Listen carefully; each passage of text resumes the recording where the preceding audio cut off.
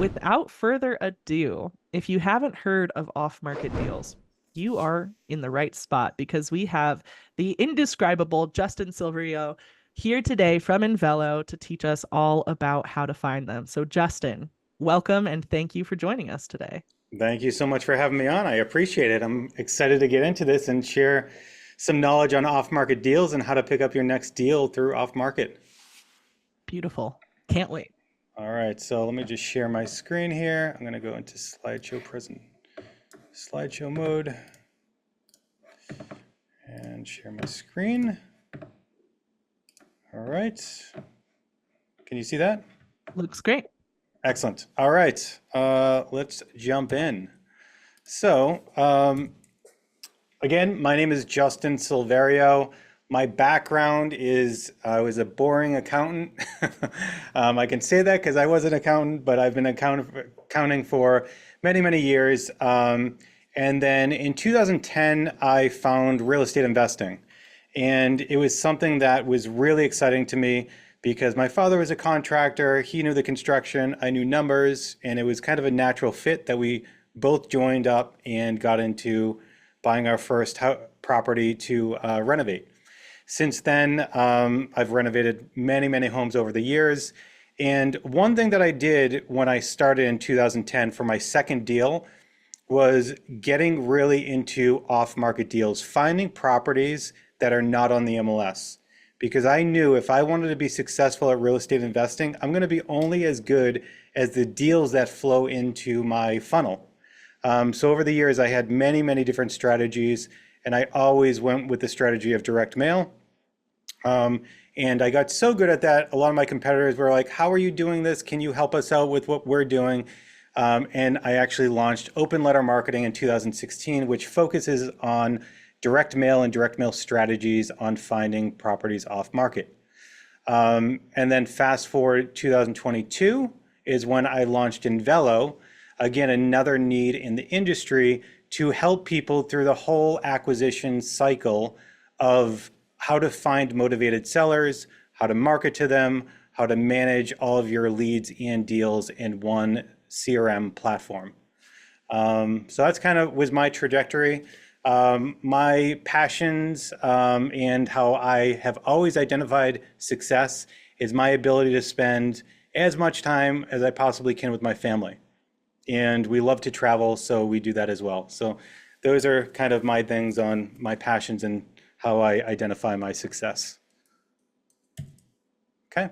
All right, this webinar, we're going to go through a couple key aspects. There's a lot to go through, and I'm going to probably open it up and stop at certain points. So if you have any questions, I believe feel free to put them in the chat, and I'll stop at certain points to see if there's any questions. But first, we're going to go through the importance of direct-to-seller marketing. Next, we'll go into the big picture to give you a good understanding of like what you should be, how you should start, what you should be looking at, your geography.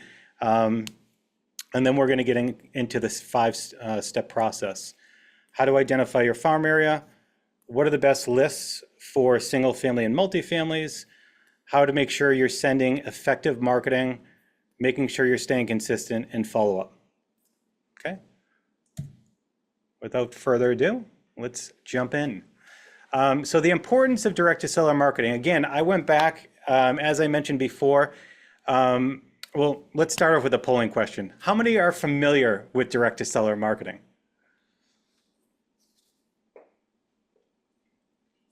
All right, the answers are trickling in. We'll give you about I like it.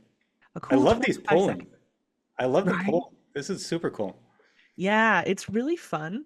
And I sometimes I have a sense of how all of you in the audience will answer, but sometimes I'm so delightfully surprised it inspires great conversation. Yeah, absolutely. All This is right, great. if you want to click in, you have 5 more seconds. All right. Lucky for you, I'm bad at math. That was 7 seconds. Let's take a look. All Okay. right. Look at that. Excellent. So we have about 65% that say I've heard of it but unfamiliar. 17% I'm very familiar, and 17% have never heard of it. So awesome. So this is great. You're gonna gain a lot of information from this presentation. Um, Again, going into the importance of direct-to-seller marketing, a couple of things. When you are finding properties on market on the MLS, you are in a public market. And in any public market, there's going to be a lot of competition. So generally, what something sells for in an open public market is going to be the value at which everybody says that this is the value of the property. When you're going off market, you generally have much lower competition and have an opportunity to make a deal and not have it at a price that everybody else would normally pay. So you have the ability to negotiate and get properties for lower than market value. Now, that's not saying that you're stealing properties or anything like that. When you go off market, you're going to run into many different situations. And generally, price is not going to be the most important thing to a seller. It could be a situation that they're in. And there's many different situations that I have come across and many investors have come across that it's all about the ability to make sure that you are thinking and solving their issues, their needs, and their wants. And price is generally it's honestly a smaller piece of the whole equation. But just getting into it, you minimize your competition.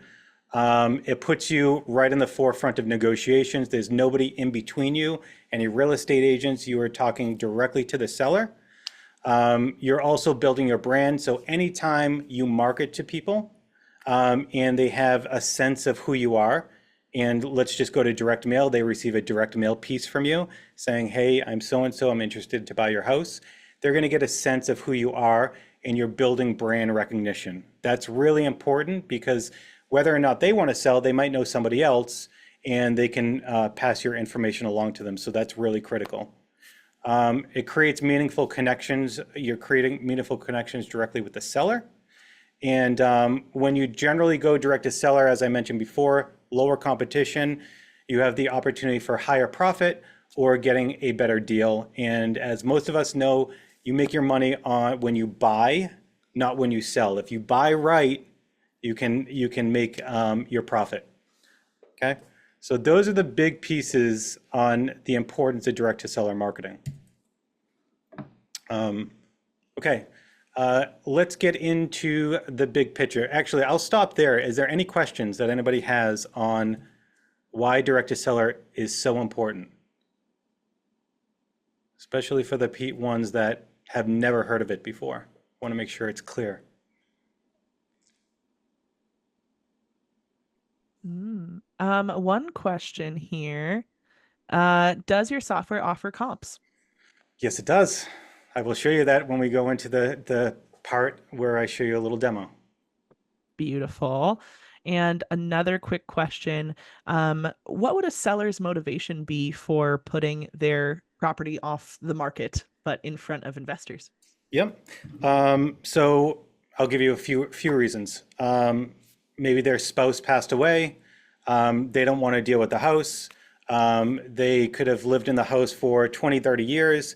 Their kids are now moved off to college. They have built up equity, but they want to move into a smaller house. A lot of people will be open to, and they have a ton of stuff in the house that they don't want to bring with them.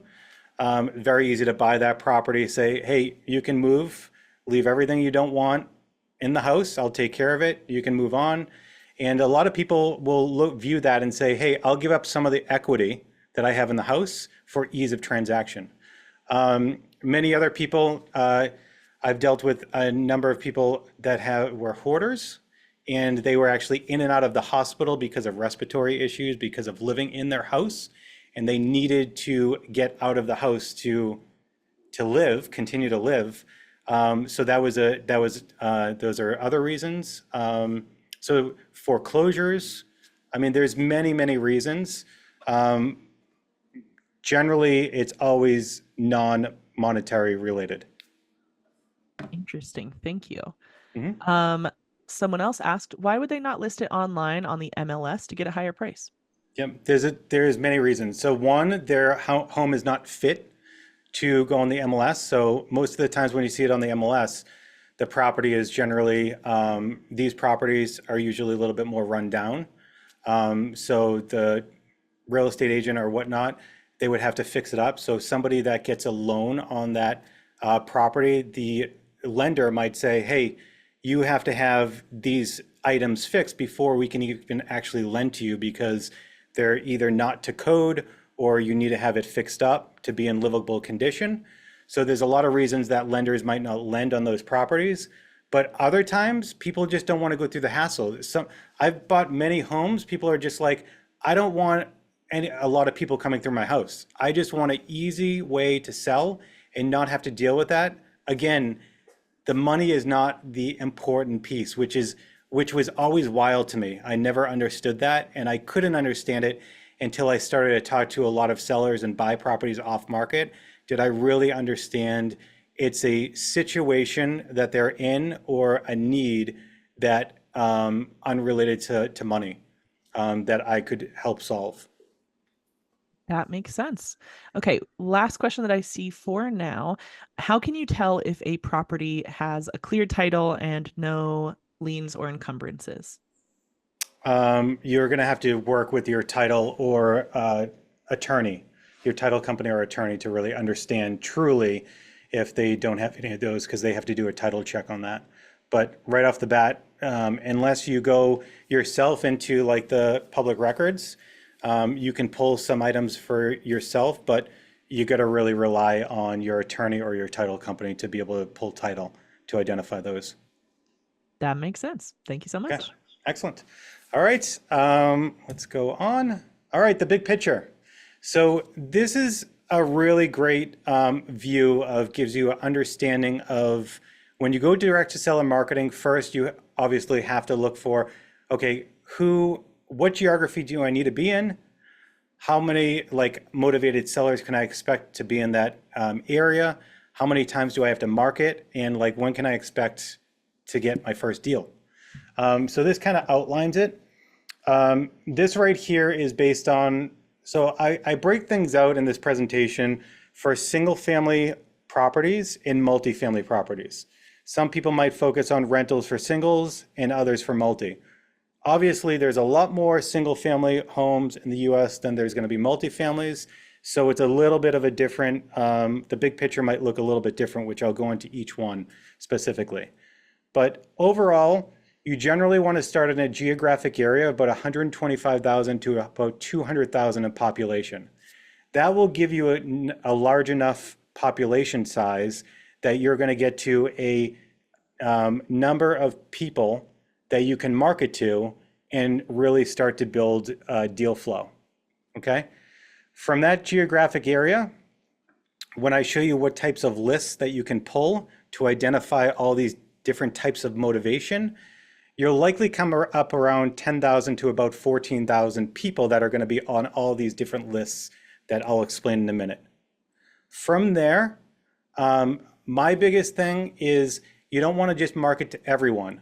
One, because some people are not going to be motivated as others. So from that list, you can identify which people are on multiple lists that you pulled. And again, I'm going to explain this a little bit more, but you generally should get down to a final list of about 2,000 people on your list that you can start marketing to. Okay?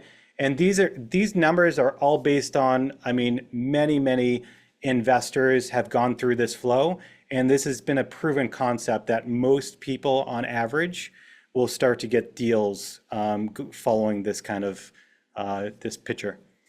But if you're marketing and sending them 6 touches or reaching out to them 6 times over 6 months, we generally see that most investors start to get their first deal around the 3rd to 4th touch.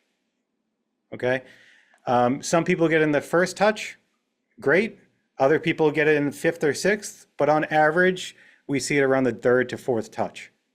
Okay. Okay, so we're going to go a little bit more in depth onto the 5-step process.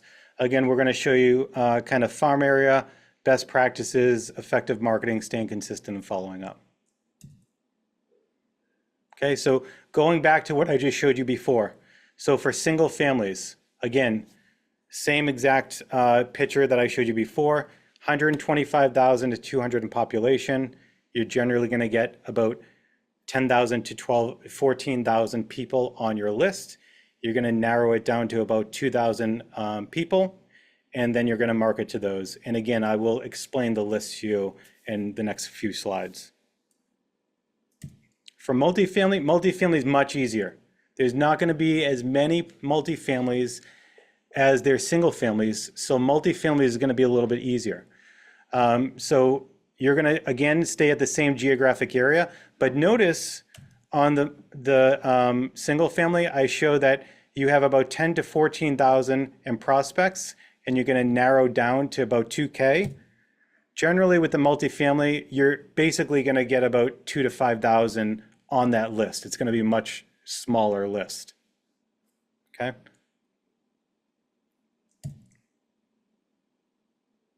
Okay.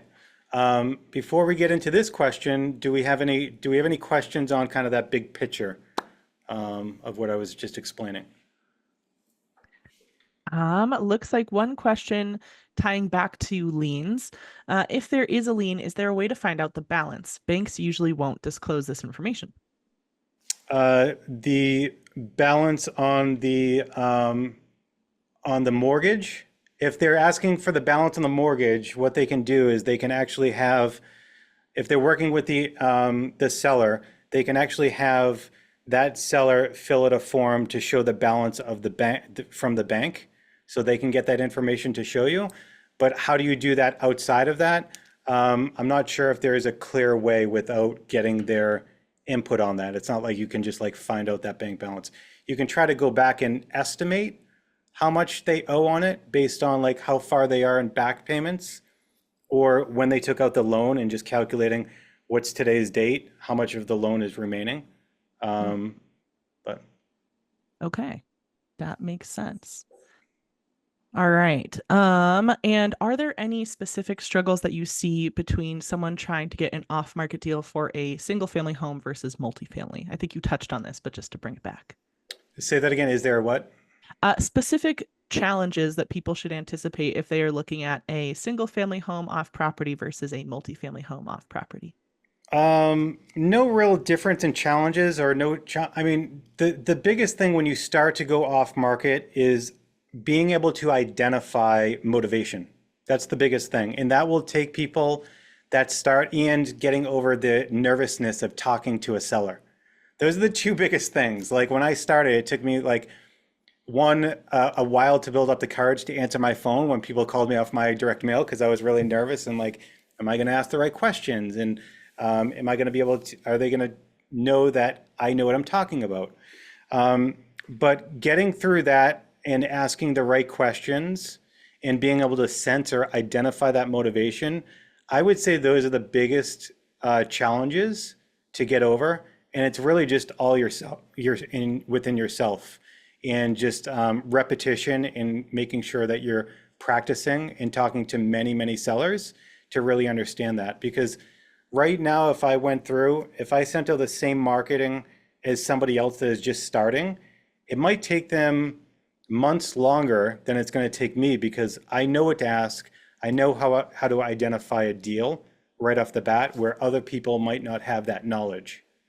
So that does take some time to build that up, but that is a core, that is one of the most important skills that an investor can have, is being able to talk to sellers, identify motivation, and identify a deal. It's one of the number one things. Yeah. Thank you for explaining that. Sure. I don't see any other questions for now, so I can go ahead and Awesome. launch this poll. All right. All right. What types of lists have you pulled before? Got all of them listed there, plus I haven't pulled any lists, just in case this is your very first rodeo. There's no better time to learn about it. All right. Coming in. And if you say other lists, we would love to know, if you're comfortable sharing in the chat, what other lists you have pulled. You've got a cool 5 seconds before I stop yapping and start sharing these polls. So, all right, here we go. Very cool. All right.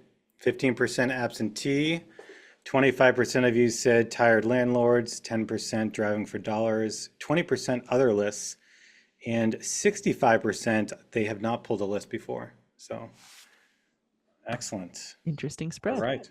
Yeah, it is. So we are going to get into those lists right now. All right. The first thing before you pull a list, and again, you can see at the top, this is for single family homes. Okay. Again, there's a difference between single family and multifamily because there's a lot more single family homes and you can be a little bit more specific. Multifamily, depending on your geography, you might not have a ton of, multifamily properties to go after. So we will go through that separately. But the first step is to identify what type of property is it that you do want to buy. Okay, whether it's for rental or for most people here are for rental. So what types of properties do you want to buy? On the single family side, do you want it, 2 bedroom, 3 bedroom, 4 bedroom, 5 bedroom? Maybe you don't want that many bedrooms because that's a huge family or that's too many people in the home. So what types of homes do you want to buy? Maybe only ranch style homes. Maybe you want colonial style, right? Square footage, number of bathrooms. So there's a lot of different aspects that play into this. My biggest thing is anytime I go into what types of properties do I want to buy, whether it's for rental or to sell, I always think about the end product, okay? What is the most common product that people either want to buy or rent? And that's where I start. Okay, so if most people are renting or buying 3 family, 1,500 square feet, 2 floors, and colonial style property, that's what I am going to kind of hone in on because I know that I can maximize that for people that are interested in renting it or buying it. So that's generally where you want to start. Okay.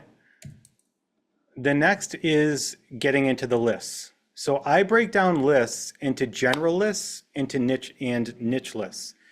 And actually, while I'm saying this, I can actually give you a spreadsheet or a document after this too that you can send out to everyone that goes through and will identify all these different lists and even how to pull the lists.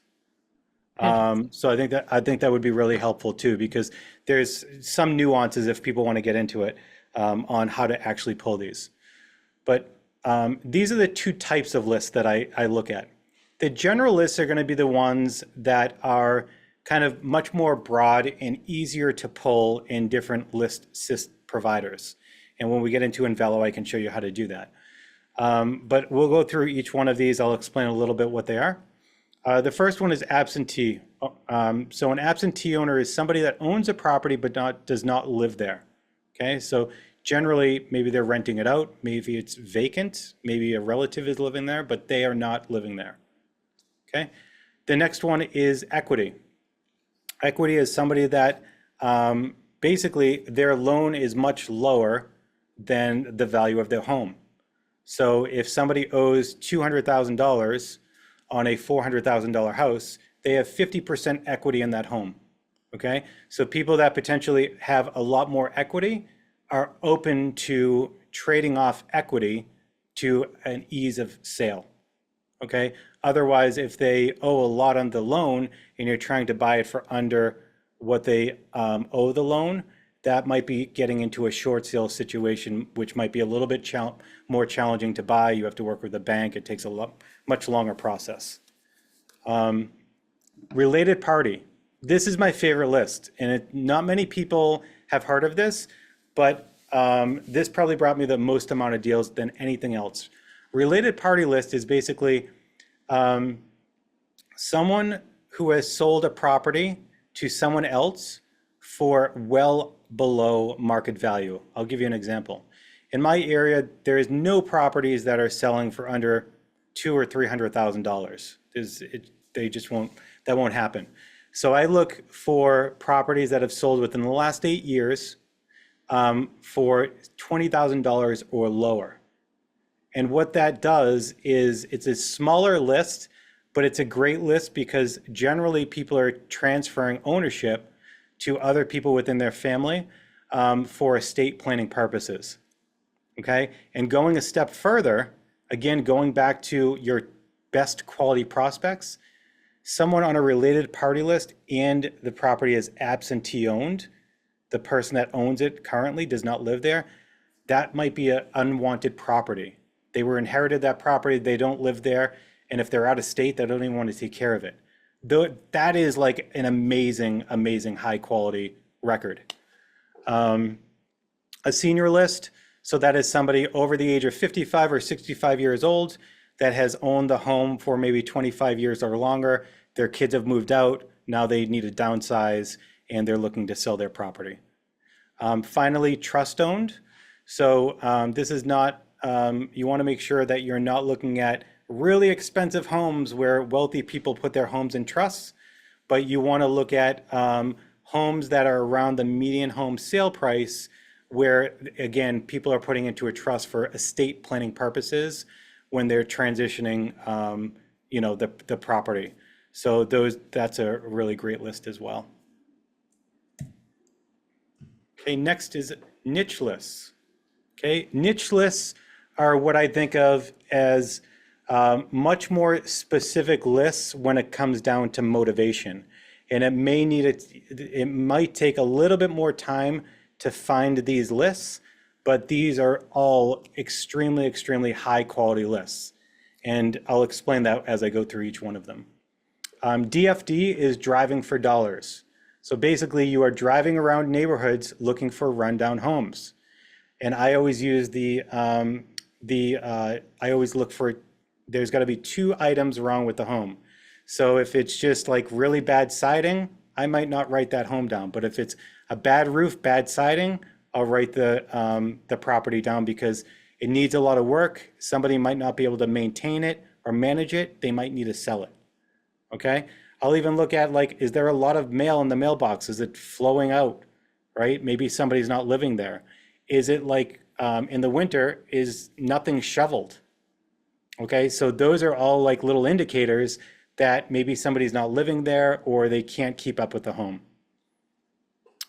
Next is tax liens. That is basically someone that owes the county or municipality money on their home. So they have not paid their property taxes. That's a great sign of people that are not able to keep up with the cost of their home. And at a certain point, the municipality will have a tax taking. They will take that home back from the person. Okay, so every area has a different kind of standard of tax taking. Sometimes it's like 3 years that you've owed taxes on. The municipality will auction that property off, take what they are owed for the property taxes, give the remaining balance to the person, and basically that person doesn't live there anymore. Okay. Expansion list, I'm really not going to, that's more for opportunities to build new properties.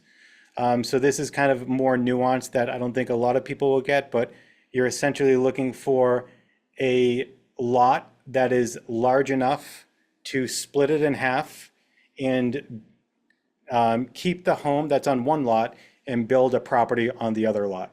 Okay, so that's like an expansion.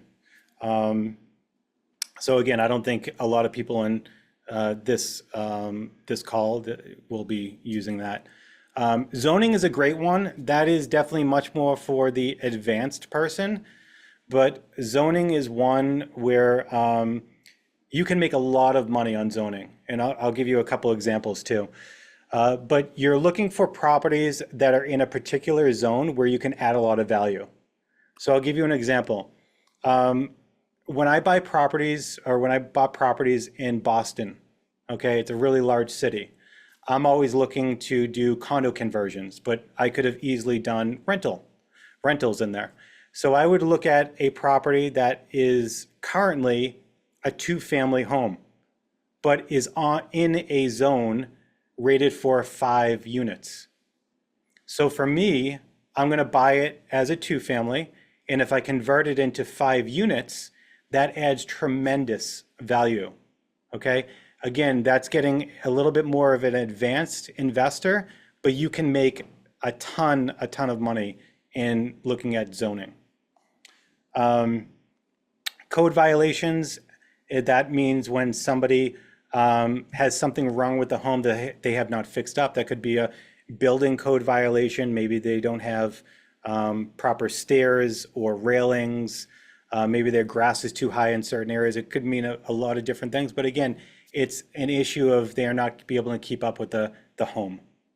And finally, state liens. I don't know if they do this in every state, but I know in Massachusetts, if you type in Massachusetts state liens, you will come to a website that basically will show you, I kind of look at it as like the naughty list. Anybody that owes the state greater than $25,000, their name will be on this list, and how much they owe the state will be on that list. So that's a great one, again, for their financial issues, potentially need to sell their home. The last one that's not on this list is a firehouse list. Okay, and you can get that from your local firehouse. Any fire that they go to, any property address that they go to, they generally need to have records of that. And all of those records are public knowledge. So you just have to request it. So in Massachusetts, I can ask this in Boston, Massachusetts, and they actually have it for the whole state. So I would get the address, and I would also get the estimated renovation value that it's going to cost to renovate, to fix up that home, which is absolutely amazing. So right there, the property is in need of repair. And a lot of people, tired landlords especially, they're like, you know what, I don't want to deal with this. I'd rather just sell it and not have to deal with that. And I've bought many properties that were fire damaged. So that's another great one. All right. And then let's go to multifamily. So multifamily, you can see there's not as many lists because there's not as much types of properties, or there's not as many properties in the country for multifamilies as there for single family. So to start, you can just select the type of asset that you want, right? 2 family, 3 family, 4 family, and then length of ownership. And this is where these combined basically gets you to the tired landlord list. Okay, somebody that owns it for a long period of time and just kind of tired of owning it and looking to sell it. Okay, that's generally where I start. Okay, any questions before I give you a demo on how you can do this in Envelo? Have you come across sellers comparing you to selling to institutional buyer investors, for instance, Opendoor? What would you advise in this case? Yes, absolutely. The biggest thing is the main point is institutional investors are not going to be as personal as you are, right? I am the person buying the property. You are talking to the person that's making the decision. There's not going to be somebody else that says, no, we can't buy this because it doesn't meet our formula. When you talk to me, it is what it is, and we're having a conversation. With the institutional buyers, they could at the last minute say, no, it's not, I'm not interested, or it doesn't fit this criteria. So I always go on the fact that it's much more personal connection with me. They feel much more comfortable, and it's all about building rapport. Rapport is the most important thing. And the other piece is sellers want to make sure that you can close. That is a huge piece of the whole equation for them. So as much as you can get them comfortable and understand that you can perform on the property, those are the most important things. So as long as you can do that and build that rapport, you're going to be good to go. And there's been many times that, you'll still get into competition with other smaller investors. And it's all about your ability to build rapport with the seller. I've bought many homes for $10, $20, $30, $50,000 less than other people were offering just because they felt more comfortable with me. Amazing. We love to hear it. Another question popped in. How do you obtain the renovation value? Good question. That is a much longer conversation. So if you haven't done construction or renovation and that's kind of new to you, here's a couple of things I would recommend. One is if you want to partner with an investor or bring another investor into the deal and pay them for their time, But I always am a big proponent, especially in like buy and sell, not as much buy and hold because you're going to be tied to that other person for a long period of time. But the best thing that you can do is leverage somebody else that's been through the process and can help you along, and make sure you're paying them for their time and the value that they're providing. So I always recommend that people team up with a long-term investor that's done this many times. You're going to learn so much and understand their strategies. You won't get into those tough situations if you were to do it by yourself. The other way is to bring along a contractor, okay? And don't just say, hey, like, I want you to give me an estimate, a free estimate of this property. Like, pay them for their time. Let them know what you're doing. And you want to make sure that you bring somebody in that has worked with investors before and is not looking through it as with the lens of a retail owner, because the way they do things is going to be much different than a contractor that has worked with investors before. And you can get those contractors by, networking with other local investors and ask them who they use for contractors. So those are the two ways. But that is a really good question, because the renovation piece is really important. The third piece I'll give you too is bring along an inspector. Okay, you can get an inspection. You can visually look at the home, get a sense how you feel, but also hire an inspector. Okay. It's a great tip. Do you want one more question for now, or should Sure. we skip it? Okay. Yeah. Just rolled in. What if you find out an issue with the property and don't wish to buy it later on? Maybe it had a tax lien or something you didn't know about initially. Yeah. Anything like that, when it has tax liens, I mean, that is something that you always ask the seller, right? So when you go through the process and you're doing your lead intake and asking them, hey, tell me a little bit about the property, what's the condition? Even before you go walk through the home, you're asking them these questions to qualify. You want to make sure that you're qualifying the seller to make sure them and the property are in a situation that you can help them with. Not everybody's going to be a perfect fit for you. They might want to sell, not at your price. They're not in the situation. People want to just list on the MLS, and that's perfectly fine. You never want to talk someone into, working with you. When you go through the qualifying, you're going to ask them, do you owe any back taxes or any payments at all? And if they say no, and then later you find out when you're going through, checking the title that they actually do, then that is a point at which you have to bring up, because it's one of two things. Either you say, okay, well, you owe $20,000 on your property, you're going to get $20,000 less from the proceeds that I'm paying for the home. So we have to pay off this lien or the back taxes first, and then you get the remaining balance. And if they say no, then it's because they didn't disclose that. You're not going to increase your price for them just because of that. They would get less money. Beautifully said. Thank you very much. Excellent. You're very welcome. All right, let's jump in. Oop, skipping ahead. All right. Can you see my screen with that? Okay, Yep, excellent. still there. Okay, great. You can see the list builder though, like the map? Yes, the map. Okay, great. All right, so we are in Envelo, and we are in the list builder section within Envelo. So you can see the whole United States. So what I'm going to do is I'm going to go in and find a couple multifamily properties in a specific town near me. So the first thing that we need to do is just over on the left-hand side is I'm just going to type in a town, Haverhill, Massachusetts. Again, this is a town that's pretty close to me, and we are now zoomed in on that area. Okay. Then I'm going to just select the filters, and I'm going to put a couple filters into here just to make sure it's the types of properties that I want to look for. Okay, so I'm going to type in property type, and I'm going to type in 3 types of properties. I'm going to look for duplexes, triplexes, and quads. Okay, I'm going to add that filter. It has not updated yet because I haven't clicked apply. Next, I'm going to do length of ownership or length of residence, and I'm going to do over 10 years. Okay, so somebody that has owned the property for over 10 years. And then under owner, I'm going to say they are absentee owned in state and out of state. Okay, so they don't live in the home, but they either live somewhere else in state or out of state. Now I'm going to click apply. And now on the right-hand side, we have 428 people or properties that meet that criteria.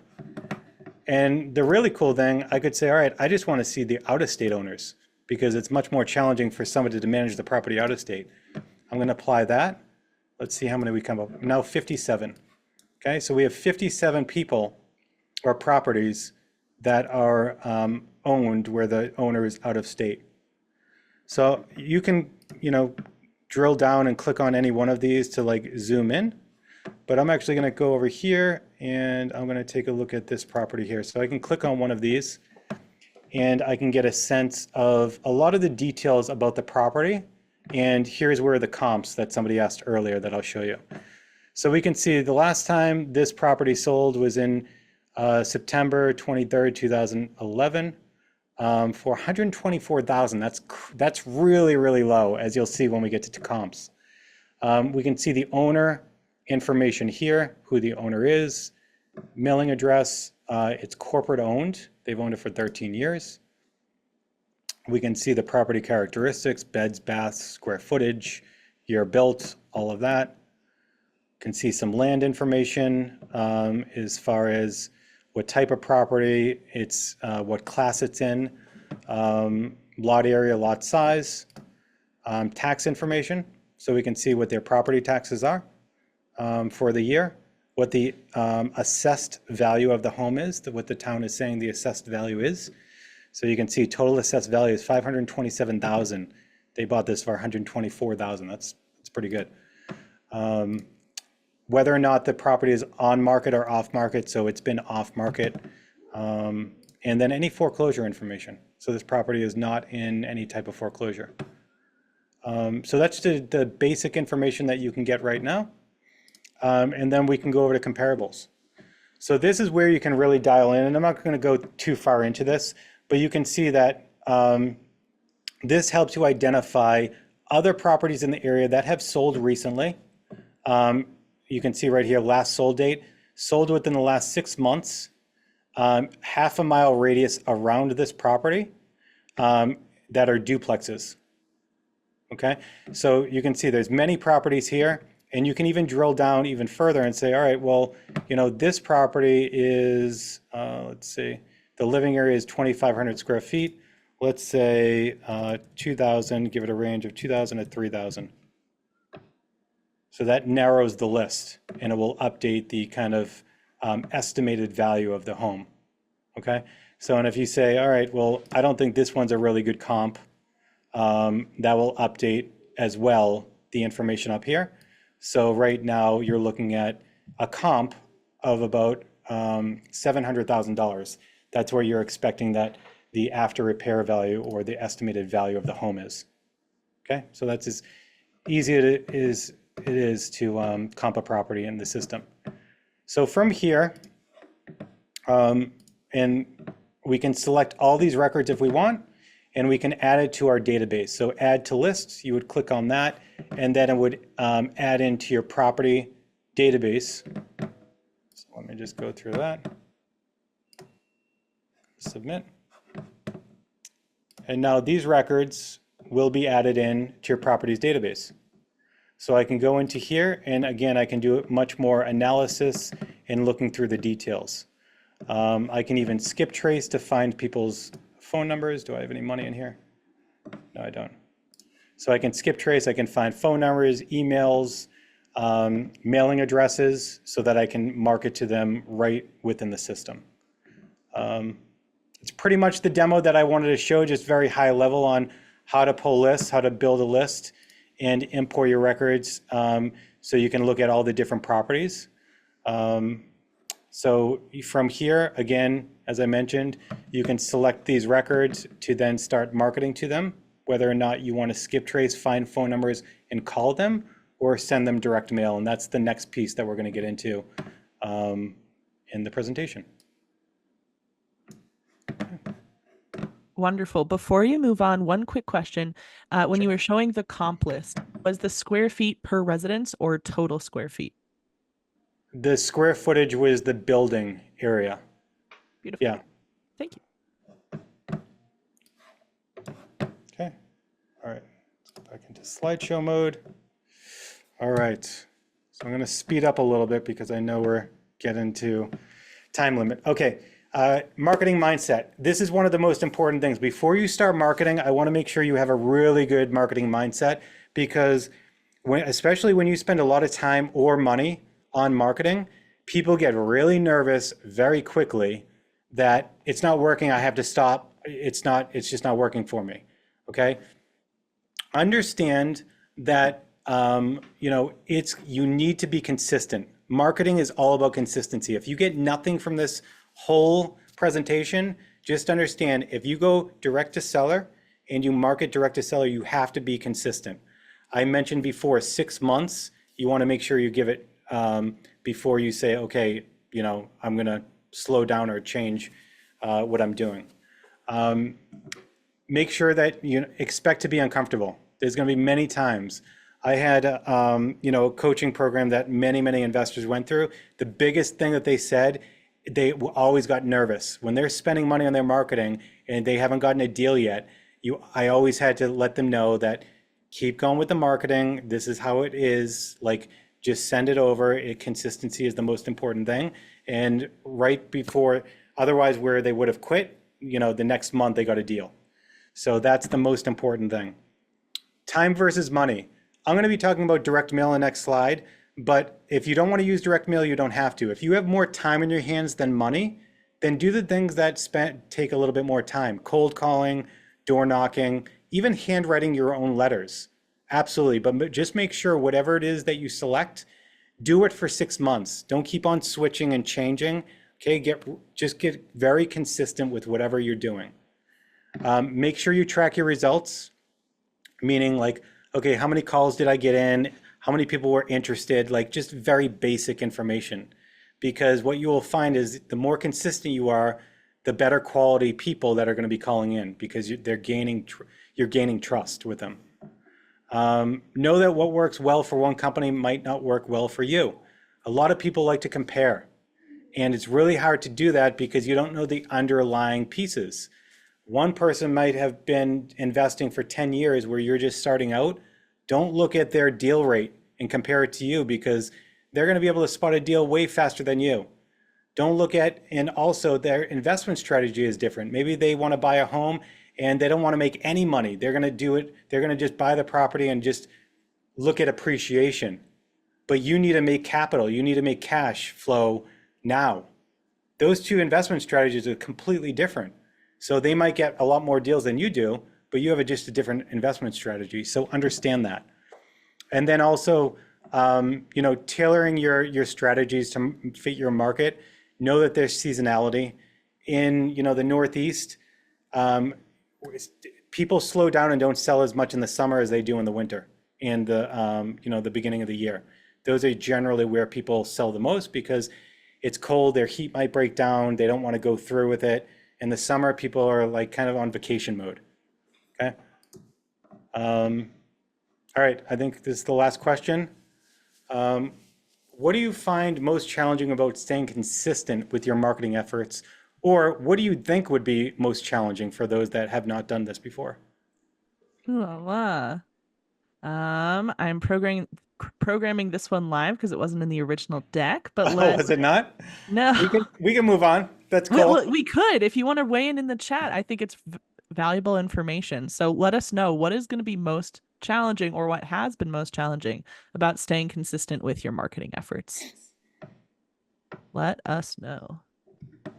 Cool. And for the sake of time too, I'm going to kind of just keep going on. I think I Yeah, have a no couple worries. more slides. All right, direct mail. Why I love direct mail over anything else is because with calling, text messaging, anything on the phone, there's a lot of TCPA compliance and regulations around that. And you can get into deep trouble, be sued, all that stuff. Direct mail, some states are putting some you have to identify who you are and what you're trying to do, but you can send direct mail and you're getting directly in touch or to the person that owns the property. So, and most people are inundated with emails and calls and they're not picking up the phone. With direct mail, actually, more people look at their direct mail that they receive. They're scanning through it. 81% of people read or scan their mail daily. So that's a really important piece. The other thing that I love is it's passive. You send out mail and you're waiting for calls back. With cold calling, you have to take your time to call every single person, and maybe it's the right number, maybe it's the wrong number, but it takes a lot of time and energy. I love direct mail because when I was working full time in investing, I'd send out a ton of mail and then wait for the calls to come in, and then I'd sneak out at lunch and make the calls back to people. You can throttle your deal flow. Say you bought another property and you want to slow down, you never stop. Once you start marketing, you never stop. You can slow down and make sure that you don't have as many calls coming in, or if you want to really scale, you put the gas pedal on and you can get more deals. And some of the top investors around the country, we work with them at Open Letter Marketing. We work with thousands of investors, and most all of them are using direct mail because it's tried and true. They always get very consistent deal flow from direct mail. Okay. Send effective marketing. Biggest thing out of here is just make sure you're consistent. Again, 4 to 6 touches. I call it touch. You want to market or mail to them once a month for at least 4 to 6 months. Okay, that is so important. Don't stop at month 2 or 1 or 3 because you are just throwing money out the window. You want to be consistent, so that's really, really important. For direct mail or for anything, changing up the method of communication will provide different results too. So even if you're sending direct mail, a postcard might get different results than a letter. People will not respond, not everybody responds the same way. Everybody's different. So they're going to relate differently to the different methods that you reach out to them. Okay. It's the biggest thing that I wanted to go. And then again, follow-up is most investors, 80% plus of their deals come through follow-up. That is absolutely, I'll say it again, 80% of your deals are going to come through follow-up. So 20% or less are going to come through right when somebody calls. Generally, you have to follow up people time and time again. Hey, now, like, I got your mailer, but now's not the right time. Call me back. I'm looking to sell in like 3 months. Or I have an issue, but I'm still really not at the point of selling. It's all time and circumstance are the two things that need to line up for them wanting to sell. Okay. So the follow-up, getting a CRM, or even if you have a spreadsheet or using Google Calendar, is the most important thing to getting deals. And I think that's it. Beautiful. All right. All right, we did get a question that rolled in. Could you provide step-by-step instructions on buying off-market property after you find a seller? What does the process look like? I can do that. That's going to take a long time to go through step by step. Can you email whoever asked that question? If you want to email me, I'm happy to kind of write it out for you or just get a better understanding of what you're looking for. And then I can help you out there. Wonderful. We will also be keeping the conversation rolling in TurboTenant's new forum. So I will Oh, drop the there you link to go. that too. So if you Yeah, want perfect. to pop in, it looks like folks were saying in terms of our last poll that budget and not enough quality leads is a pretty big issue. Yep. Uh, any words of wisdom for those folks? Yeah, so again, going back to budget, I mentioned time or money. If you don't have the money to do direct mail is expensive, then you can do other things that take your time. Again, calling, door knocking, even writing your own letters. When I started, my wife and I would write 500 letters a week. That was our goal. That's how we started. And we did that for many, many months. She would bring our babies to the post office with like huge trays. She's like, I still remember that. That was amazing for us. That's how we built the first couple of deals until we got enough money to then hire somebody else to do the direct mail for us. I think that is so sweet and also so powerful. Um, Incredible. Okay. Any other questions or thoughts for Justin Live while we have him here before we head over to the forum? while you percolate those questions at the back of your mind, if you've been here before, you know that I like to ask how things went. So we have a quick ending poll, which you can do with one hand and then type out a question No once pressure. you're no pressure. Yeah, And in and the, go oh, ahead. I was going to say, and I'm going to jump into the forum as well afterwards. So please, I'm an open book. Like, ask me any questions that you want. I'm really here to add value. So I love the questions and answering them. Ah, you are such a peach. We very much appreciate you. Folks, you have about 5 more seconds to weigh in here. While you do, Patty asked, what is the cost of Envelo? So right now, Invelo does have a free option. And then we have three paid plans depending on kind of what features and how many features that people want to get. So we have a free plan, 49, 129, and 299 plan. And it's cheaper if they jump on a annual plan as well. Beautiful. All right, last question live. Oh, and one other I'll thing. go for it. We are launching Envelo 2.0. I did want to mention that there's so many features, functionality, completely new UI to make it easier and functional. That will be launching in February, which we're super excited about. So with that, there will be some pricing changes that are going on, but for right now, the prices that I mentioned are what we have. Perfect. All righty. Last question live. What is the most important question you should always ask sellers? Huh. The most important, um, that's a good question. So the most important one is, I think it's getting down to motivation. Like, why are you looking to sell? And it's just not that question. Generally, you need to ask them three different ways to get down to the real deep reason of motivation. So if somebody's not motivated to sell, generally they're not going to sell to a real estate investor. So, and just by asking, hey, why are you thinking about selling? You need to go on a journey with them because a lot of people will not want to tell you their true motivation. I'm just looking to sell. Now's the right time. Okay. Can you tell me a little bit more about that? Why is now the right time? Oh, this person, I'm getting a divorce, somebody passed away, whatever it is. Now you're getting down to the deep understanding so that you can provide value to them. And again, going back to you're buying properties and you're adding value to the people. It's not you're taking the property from them. Okay. Mhm. So understanding motivation, I think, is one of the critical elements to buying properties. Powerful stuff. All right. One final question snuck in, and then we're going to end the call. Karen asked, can you speak a bit on higher value market homes and properties? Um, yes, but I'm trying to understand like what do you want me to speak about?